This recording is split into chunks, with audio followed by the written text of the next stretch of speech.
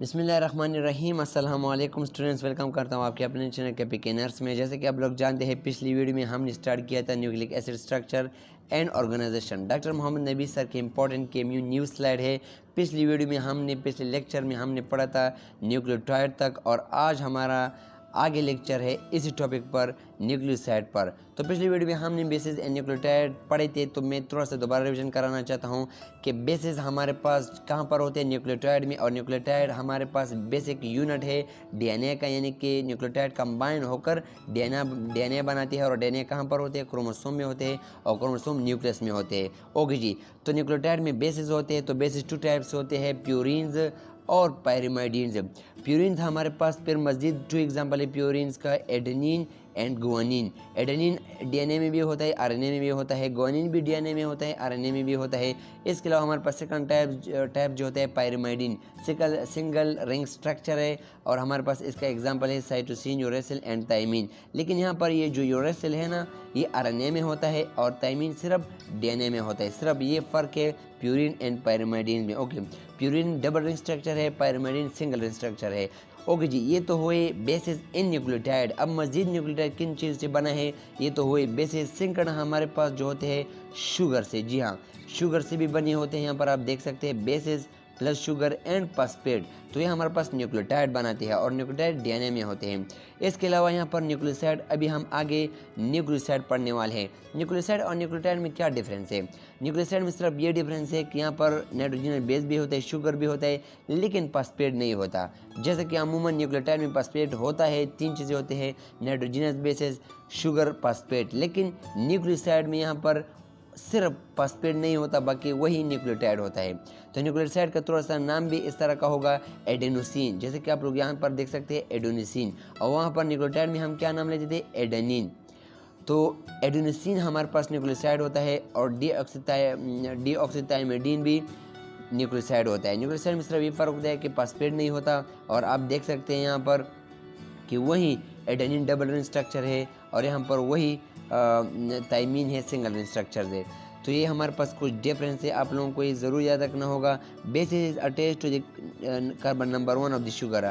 तो यहाँ पर आपने ये भी याद रखना है, यहाँ पर जैसे कि आप लोग देख सकते हैं, ये शुगर है, हमारे पास 5 कार्बन कंपाउंड है, और इस शुगर कार्बन नंबर 1 के साथ क्या अटैच है, बेसिस। तो ये बेसिस कहाँ पर अटैच होगी, carbon number 1 of the sugar. ये भी इंपॉर्टेंट एमसीक्यूज है कि शुगर के कौन से कार्बन के साथ बेसिस अटैच होता है, कार्बन नंबर 1 के साथ बेसिस अटैच होता है। ये न्यूक्लियोसाइड में थोड़े से इंपॉर्टेंट एमसीक्यूज आपने याद रखने हैं। न्यूक्लियोटाइड मैंने आप लोगों को पहले बताया कि न्यूक्लियोटाइड हमारे पास nitrogenous base plus sugar and phosphate, 3 चीज़ों से बना है, nitrogenous base, sugar, phosphate. Okay जी, यहाँ पर आप देख सकते हैं कि high energy bond in nucleoside triphosphate.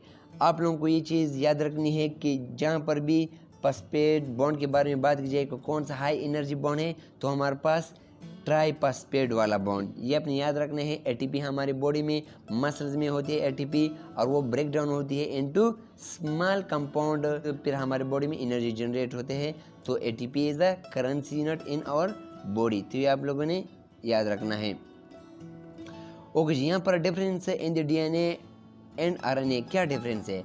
DNA में ये डिफरेंस होता है कि राइबोज टाइप का, डीएनए में होता है डीऑक्सीराइबोज, यानी कि डीऑक्सी का मतलब है कि OH जो हाइड्रोक्सिल ग्रुप है वो नहीं होता डीएनए में, तो इसलिए डीऑक्सीराइबोज कहलाता है। और आरएनए में राइबोज, आम नाम से भी जाहिर होता है, आर राइबोज। तो ribose sugar, simple ribose sugar RNA में होता है, और यहाँ पर डीऑक्सीराइबोज शुगर डीएनए में होता है। पायरिमिडीन बेसिस में क्या डिफरेंस होता है? पायरिमिडीन मैंने आप लोगों को बताया कि यूरेसिल और थायमिन का डिफरेंट है। यूरेसिल आरएनए में होता है, आर जहाँ पर URACIL आता है तो आरएनए में होता है, थायमिन डीएनए में आता है। तो ये 2 मेनली डिफरेंस है डीएनए एंड आरएनए में। ओके जी, आगे जाते हैं। Nomenclature of the important basis nucleoside and nucleotide. यहाँ पर नाम के बारे में बात की जा रही है कि हम कौन से नाम से पुकारेंगे किसी भी बेस को, अगर वो न्यूक्लियोसाइड में होता है या न्यूक्लियोटाइड में होता है। तो यहाँ हमारे पास बेसिस दी गई है एडेनिन, गुआनिन, साइटोसिन, और यहाँ पर न्यूक्लियोसाइड और न्यूक्लियोटाइड की कैटेगरी में डिवाइड किया गया है। अगर यही बेस एडेनिन न्यूक्लियोसाइड में आता है, यानी कि बेस प्लस शुगर होता है, तो हम इसे डीऑक्सी एडेनोसिन कहेंगे। अगर यही डीऑक्सी एडेनोसिन के साथ हम फॉस्फेट अटैच करते हैं 1 फॉस्फेट, तो ये हमारे पास डीऑक्सी एडेनोसिन मोनोफॉस्फेट यानी कि DAMP। और इसी तरह अगर हम दूसरा फॉस्फेट भी अटैच करते हैं तो डाई हो जाता है, तो ये हमारे पास डीऑक्सी एडेनोसिन डाईफॉस्फेट हो जाता है। अगर हम तीसरा भी फॉस्फेट अटैच करते हैं तो इसे हम कैसे पुकारेंगे, डीऑक्सी एडेनोसिन ट्राईफॉस्फेट, जो कि हाई एनर्जी ATP होगा। और इसके अलावा ग्वानिन जो होता है, अगर ग्वानिन बेस के साथ शुगर अटैच करते हैं तो ये हमारे पास डीऑक्सीग्वानोसिन कहेंगे। अगर इसी डीऑक्सीग्वानोसिन के साथ हम 1 फॉस्फेट अटैच करते हैं तो ये हमारे पास डीऑक्सीग्वानोसिन मोनोफॉस्फेट होगा। अगर डाईफॉस्फेट अटैच करते हैं तो डीऑक्सीग्वानोसिन डाईफॉस्फेट होगा। अगर थर्ड फॉस्फेट अटैच करते हैं तो डीऑक्सीग्वानोसिन ट्राईफॉस्फेट होगा। इस तरह अगर हम साइटोसिन को शुगर के साथ अटैच करते हैं इस बेस को, तो हम इसे क्या कहेंगे, डीऑक्सीसाइटिडीन साइटिडीन। अगर इसके साथ फॉस्फेट अटैच करते हैं तो ये फिर न्यूक्लियोटाइड बन जाता है, तो हम क्या कहेंगे, डीऑक्सीसाइटो मोनोफॉस्फेट। अगर इसी तरह हम डाईफॉस्फेट अटैच करते हैं तो ये हमारे पास क्या बन जाएगा, डीऑक्सीसाइटोडीन डाईफॉस्फेट। तो अगर हम थर्ड फॉस्फेट अटैच करेंगे तो डीऑक्सीसाइटोडीन ट्राईफॉस्फेट। इस तरह आप यूरेसिल थाइमीन के साथ जब फॉस्फेट अटैच करते जाएंगे तो ये न्यूक्लियोटाइड बनता जाएगा और इसके नाम में भी चेंज आता जाएगा। तो ये हमारे पास nomenclature of the important base nucleoside and nucleotide हुआ। डबल स्ट्रैंडेड DNA, यहाँ से 2 इंपॉर्टेंट MCQs ये भी आ सकते हैं कि ये जो अटैचमेंट है एडेनिन थाइमीन ग्वानिन साइटोसिन के साथ, ये कम्प्लीमेंट्री है। कम्प्लीमेंट्री का मतलब है AT के साथ या TA के साथ अटैच होगा, GC के साथ या CG के साथ अटैच होगा। इस तरह ये एंटी पैरेलल अटैचमेंट है। किस तरह आप लोग देख सकते हैं यहाँ पर, ये जो ग्वानिन है साइटोसिन के साथ अटैच है थ्रू कितने बॉन्ड, 3 हाइड्रोजन बॉन्ड। पहले तो ये जाने कि ये जो बेसिस है किसके ज़रिए अटैच हुए है, हाइड्रोजन बॉन्ड के ज़रिए, और कितने, 3 हाइड्रोजन बॉन्ड के ज़रिए। इस तरह ये जो AT है एडेनिन एंड थाइमीन, ये 2 हाइड्रोजन बॉन्ड के ज़रिए अटैचमेंट इसकी हुई है। और दोबारा CG आया 3 बॉन्ड और दोबारा TA आया है यानी कि 2 हाइड्रोजन बॉन्ड। तो ये तो पहले आप लोगों को जानना है कि हाइड्रोजन बॉन्ड के ज़रिए अटैचमेंट है, और एक 2 हाइड्रोजन बॉन्ड के ज़रिए और दूसरा 3 हाइड्रोजन बॉन्ड के ज़रिए। और ये भी आप इंपॉर्टेंट MCQs याद रखें कि हाइड्रोक्सल, ये जो हाइड्रोक्सल है ये किस कार्बन पर इसकी अटैचमेंट हुई है, कार्बन नंबर 3 की। और ये जो फॉस्फेट है इसकी किस कार्बन के ज़रिए अटैचमेंट हुई है, फॉस्फेट की बेसिस के साथ, आप लोग देख सकते हैं कार्बन नंबर 5 पर। तो हाइड्रोक्सल की कार्बन नंबर 3 पर और फॉस्फेट की कार्बन नंबर 5 पर। यहाँ पर भी बात की जा रही है कि हाइड्रोक्सल कार्बन नंबर 3 पर, और यहाँ पर भी दोबारा बताया जा रहा है कि फॉस्फेट कार्बन नंबर 5 के साथ अटैच हुआ है। तो ये कुछ इंपॉर्टेंट MCQs है, आप लोगों ने याद रखने हैं, बहुत ज़रूरी आ सकते हैं। ओके, यहाँ पर हम एक रूल पढ़ने वाले हैं जिसका नाम है चारहप रूल्स। एडविन चारहप एक अमेरिकन बायोकेमिस्ट थे। इन्होंने कहा कि किसी भी डबल स्ट्रैंड DNA में इक्वली बेसिस एक दूसरे के साथ अटैच होगी। फॉर एग्जांपल, अगर एक स्ट्रैंड में एडेनिन का 30% होता है तो दूसरी तरफ थाइमीन भी 30% के साथ एडेनिन के साथ अटैच होगा। इस तरह अगर ग्वानिन का 50% है तो दूसरी तरफ से साइटोसिन भी 50% ग्वानिन के साथ अटैच होगा। पर इससे MCQs कैसा रह सकता है, फॉर एग्जांपल यहाँ पर हमारे पास एक क्वेश्चन है कि अगर DNA में 10% ग्वानिन है तो थाइमीन कितना होगा। तो अगर हमारे पास 10% ग्वानिन है तो साइटोसिन भी इक्वल अमाउंट में होगा, तो 10% तो साइटोसिन का भी हुआ, तो 20% तो हमारे पास ग्वानिन प्लस साइटोसिन का हुआ। इसके बाद हमारे पास 80% रह गया, तो हमारे पास एडेनिन एंड थाइमीन भी तो DNA में होता है। तो एडेनिन एंड थाइमीन 80% हम डिवाइड करेंगे एडेनिन थाइमीन पर, तो 40% का ये भी हुआ। तो टोटल कितने परसेंट हुआ हमारे पास थाइमीन, 40%। बहुत ही ईजी है। दूसरा हमारे पास एग्जांपल है कि सपोज कीजिए अगर डबल स्ट्रैंड DNA है हमारे पास 35% एडेनिन के साथ, तो साइटोसिन का कितना होगा। तो 35% अगर एडेनिन का हुआ तो इसके साथ तो थाइमीन भी अटैच होगा, तो थाइमीन भी 35 का होगा। तो एडेनिन प्लस थाइमीन कितना हुआ, 70%। तो 70% जब हम 100 से माइनस करेंगे तो 30% रह गया। तो 30% तो हम किस पर डिवाइड करेंगे, ग्वानिन प्लस साइटोसिन पर। तो 50% ग्वानिन आया, 50% साइटोसिन आया। तो हमारे पास आंसर क्या आया, 50% of cytosine. DNA double helix structure, ये भी इम्पोर्टेंट है कि हमारे पास जो DNA का स्ट्रक्चर किस तरह के, डबल हेलिक्स। डबल हेलिक्स का मतलब है कि इस तरह का कॉइल इन शेप है, कर्व इन शेप है।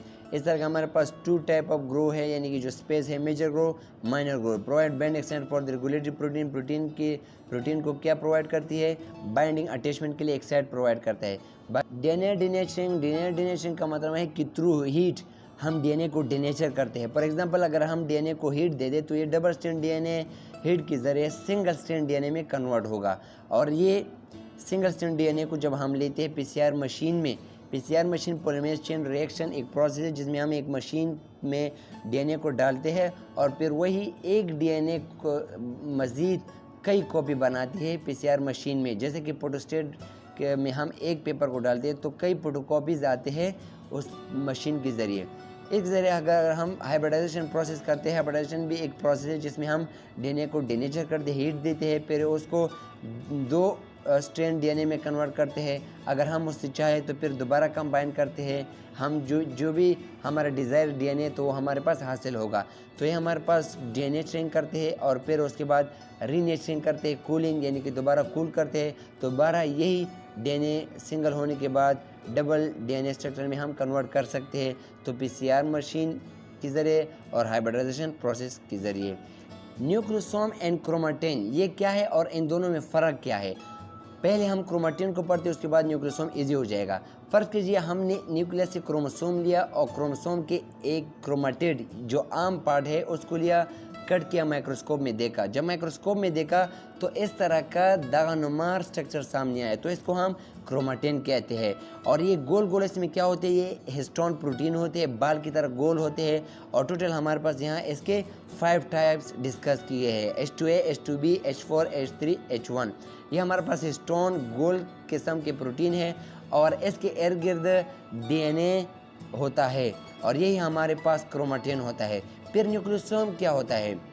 फर्ज कीजिए हमने 8 बॉल लिए इस हिस्टोन प्रोटीन को, 8 बॉल को हमने कंबाइन किए और इसके इर्द गिर्द हमने डीएनए को इर्द गिर्द किया, तो इसको हम क्या कहते हैं? न्यूक्लियोसोम। न्यूक्लियोसोम कितने बाल का बॉल हुआ? टोटल 8 बॉल को हमने लिया और उसके इर्द गिर्द हमने डीएनए को रैप किया, तो ये हमारे पास न्यूक्लियोसोम हुआ। बहुत ही ईजी है। क्रोमेटिन यहाँ पर एक्सप्लेन किया जाए कि डीएनए प्लस प्रोटीन। डीएनए तो मैंने आप लोगों को बताया कि प्रोटीन, हिस्टोन, प्रोटीन, और न्यूक्लियोसोम डीएनए प्लस हिस्टोन ऑक्टामेर। ऑक्टामेर का मतलब है 8 बालों का मजमूआ। तो ये बहुत इंपॉर्टेंट है, इंशाल्लाह इसमें आप लोगों को कोई कन्फ्यूजन नहीं होना चाहिए। और यहाँ पर हमारे पास क्रोमेटिन के कुछ टाइप्स है। पहला टाइप हेटेरोक्रोमेटिन। हेटेरोक्रोमेटिन का मतलब है कि हमारे पास माइक्रोस्कोप में डेंस डार्क स्टेनिंग पार्ट होगा, जैसे कि आप डायग्राम में देख सकते हैं। हेटेरोक्रोमेटिन में क्या होता है? ये हमारे पास इसके जो जीन्स होते हैं वो इनएक्टिव होते हैं और इसके अलावा ये हमारे पास ओनली इन यूकैरियोट्स होते हैं। और दूसरा जो यूक्रोमेटिन है ये लाइट इन स्टेनिंग है। अगर हम इसे कलर करना चाहें तो फिर ये लाइट पार्ट होगा ऑफ द क्रोमेटिन, आप लोग डायग्राम में देख सकते हैं। इसके अलावा क्या डिफरेंस है? हेटेरोक्रोमेटिन में जीन जो होते हैं इनएक्टिव होते हैं और इसके अलावा बेयर बॉडीज़ भी होती है। बेयर बॉडीज़ का मतलब है कि इनएक्टिव एक्स क्रोमोसोम भी होता है, जैसे कि फीमेल में एक्स क्रोमोसोम होता है। तो ये थोड़ी सी आपने इसका डिफरेंस थोड़ा सा याद रखना होगा। यूक्रोमेटिन में एक्टिव जीन्स होते हैं और यूक्रोमेटिन में आप लोगों ने याद रखना है कि प्रोक्रियोटिक एंड यूक्रियोटिक बहुत में होता है और हेटेरोक्रोमेटिन सिर्फ यूक्रियोटिक्स में होता है। ओके, डीएनए पैकिंग इन यूक्रियोटिक्स हमारे पास लास्ट स्लाइड है कि किस तरह यूक्रियोटिक्स के सेल में डीएनए की पैकिंग होती है। फॉर एग्जांपल फ़र्ज़ कीजिए हमने पहले डीएनए लिया, फिर उसको मज़ीद दूसरे डीएनए के साथ रैप करके फोल्ड किया, तो 10 नैनोमीटर क्रोमेटिन इस तरह का दिखाई देता है। उसके बाद मज़ीद फोल्ड किया, 30 नैनोमीटर इस तरह का दिखाई दिया जाता है। उसके बाद मज़ीद फोल्ड किया तो फिर इस तरह का शेप बन जाता है और फिर जब मज़ीद फोल्ड किया तो हाई ऑर्डर पैकिंग हुई, लास्ट मतलब हेटेरोक्रोमेटिन बन गया, यानी कि लेस जो इसके जो पार्ट है उसमें लेस जीन एक्टिव होते हैं, यानी कि लेस एक्टिव पार्ट बन जाता है। तो ये हमारे पास इस तरह का दिखाई देता है। हमारे पास डीएनए डबल हेलिक्स स्ट्रक्चर इस तरह का होता है और ये हमारे पास मोर एक्टिव होता है यूक्रोमेटिन में।